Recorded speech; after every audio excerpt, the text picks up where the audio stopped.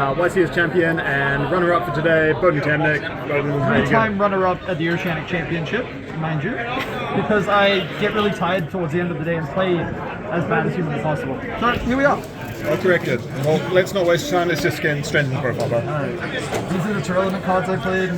You should not play less of these, they're very good. If you don't know what their names are, I recommend downloading Neuron and holding your phone up to the camera and you will see them. So there we go, once again. They're all pretty good. And then my supplementary engine was what I would like to say the 5 best ones with good reason. This shouldn't have come back to 3, but it did facilitate this deck.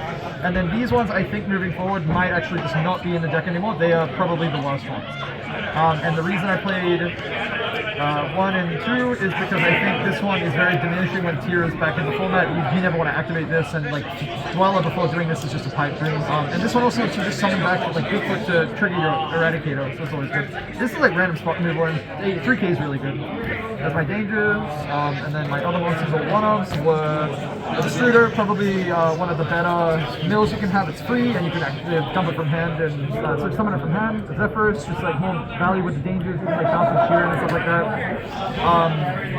Jet, I played Smashes in my deck, so I'll go through like a quick sort of scenario, and then Snow, and then Albion, and that'll lead into our spell cards. So I played 3 copies of Branded and High Spirits. So you activate this card when you have a Tier or an Essie or anything in hand, so you just need an Aqua, and then the only card that has appropriate typing to go with it is D3S Frog, which is 2500. When Darkwing Blast comes out, there's a new card that is 2500. You can use it, and it's also an Aqua.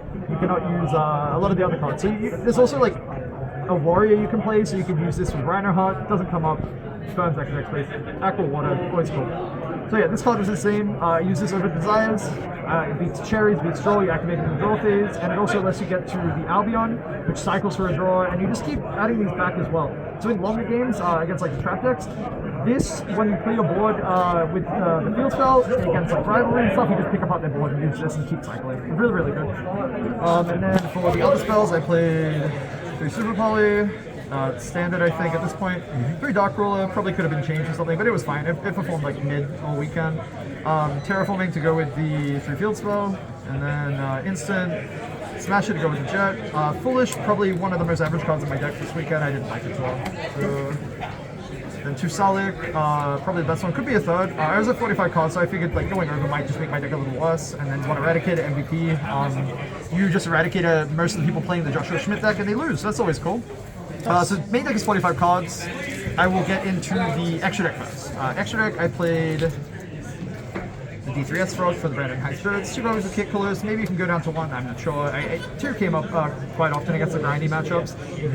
One Collider Heart, always good. Garura, these are all stable, I think. Could argue a second one of this, but I don't think you need it if you play properly. Gigantic Sprite to facilitate the Smashes combo, Dweller, MVP in the mirror match. 2 Elf, go with the Gigantic Sprite combo to play around Super Poly. And then you have Dark, Curious, Zeraboros, and Nightmare Griffin to go with the Eradicator Virus. So I'll go through the combo real quick of like the end board where you should be at. So basically you end up being at, we'll use this as the field center. So this is your